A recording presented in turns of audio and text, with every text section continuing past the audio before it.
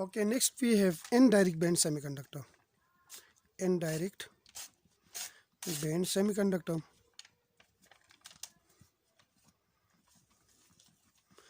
And we will discuss the fundamental absorption process for indirect band semiconductor.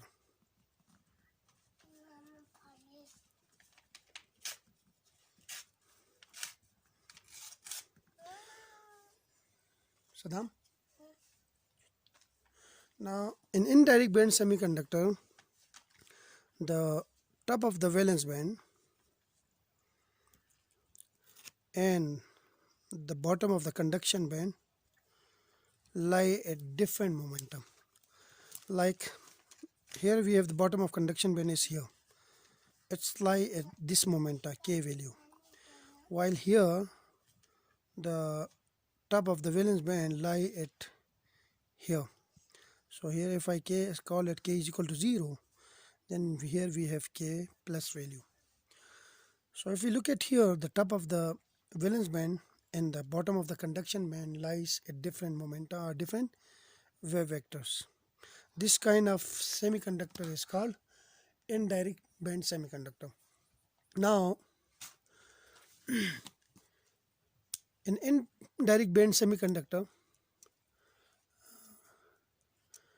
the maximum energy of the valence band occur at a different value of momentum, which we already discussed here, to the minimum of the conduction band energy. Like the maximum energy of the valence band lies at a different momentum than the minimum energy of the conduction band.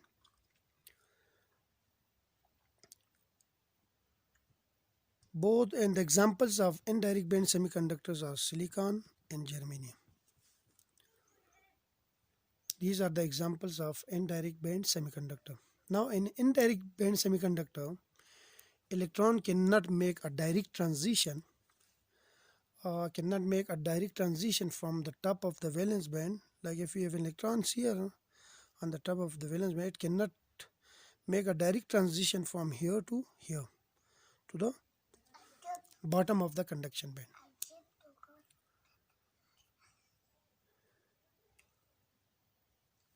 Because this would violate the momentum selection rule. Here we have a different momentum, here we have a different momentum. In this case, the momentum was same. Here we have initial momentum and here we have the final momentum. But here the momentums are different. And we discussed that Ki is equal to Kf in the case of direct band semiconductor. But in this case, the momentum selection rule will be violated if electron make a direct transition from valence band to conduction band in indirect semiconductor. And we know that if one of the rules is got violated, then there will be no transition. The first rule was conservation of energy and the second rule was conservation of momentum. So the conservation of momentum is violated here if there is a direct transition. So such kind of transition is not possible in indirect band semiconductors. Now such transitions occurs in two steps. The electron absorb both phonon, electron absorb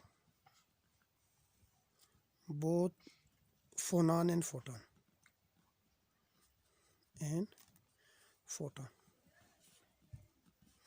Now the role of phonon is to give, this phonon will give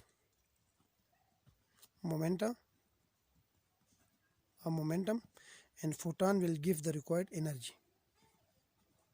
Like if there is a difference in momentum, okay, we have momentum which is different from this one, then the absorption of phonon will remove that difference. So due to this absorption of phonon, the momentum will become equal, while this photon absorption will give the required energy for the transition from conduction band to the valence band.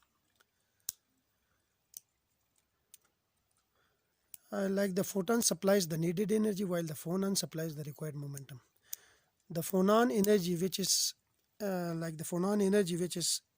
0.05 electron volt is very smaller than the energy of photon, which is approximately equal to 1 electron volt. So if we add this energy with this one, then there will be no violation of energy conservation. So phonon is a large momentum, so the momentum will remain conserved due to this absorption of phonon, while the energy doesn't disturb if a phonon is added with this photon, because this value is very much smaller than the photon energy. However, the phonon okay. Now in an indirect semiconductor, I already told you that the top of the valence band is at a different K value than the bottom of the conduction band. Now when an electrons in the bottom of the conduction band, suppose we have an electrons here in the bottom of the conduction band, falls to try to go back to the valence band, then first it falls to different energy states, which is called uh, defect states. And this is the defect states.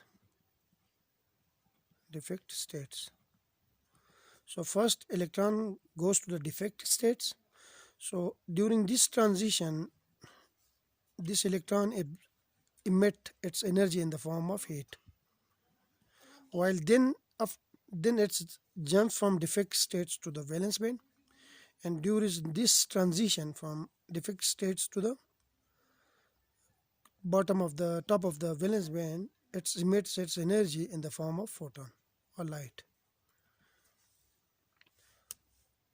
So this kind of transition is called fundamental absorption process in an indirect semiconductor. So in an indirect semiconductor, we have a different momenta for both top of the conduction band electron and the top of the conduction band electron and the top of the valence band holes are electrons.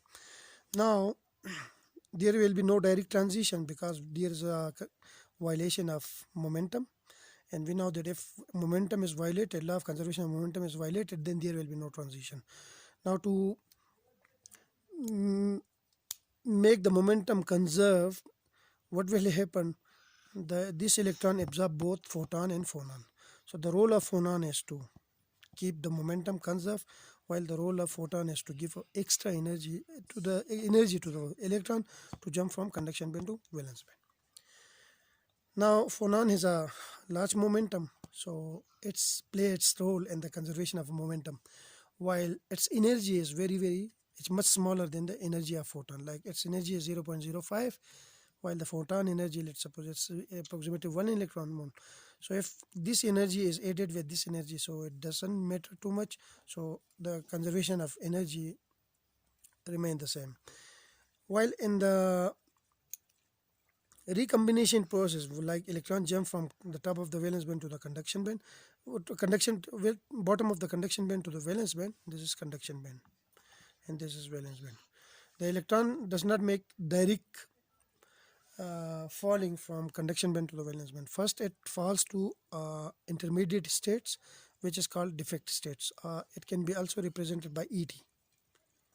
Okay, during this transition from conduction band to this defect states, the electron emits its energy in the form of heat, and then it's jump from these defect states to the top of the conductor valence band, and during this moment, like the electron jump from this states to this, it emits its energy in the form of photon, either in light form. So this is the discussion about indirect semiconductor. While in direct semiconductor, there is a direct transition because momentum doesn't violate here, and the energy is also remain conserved. So this transition is available directly, but this one is not available directly. Thank you. In the next video, we will discuss about exciton absorption.